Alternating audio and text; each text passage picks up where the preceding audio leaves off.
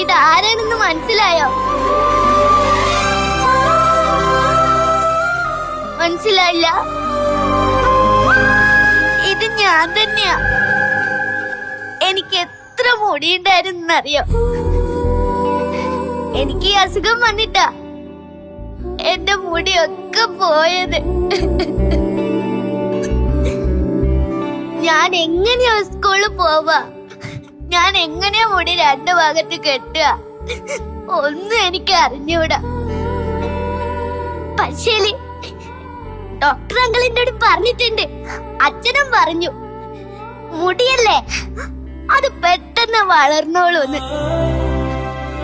വളർന്നാ മതിയായിരുന്നു. പിന്നെ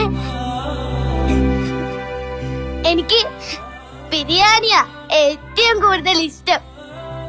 പക്ഷേ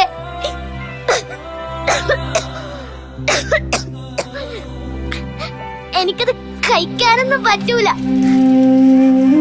ഒരു തുള്ളി വെള്ളം കുടിച്ചാൽ പോലും ഞാനത് ഛർദ്ദിക്കും.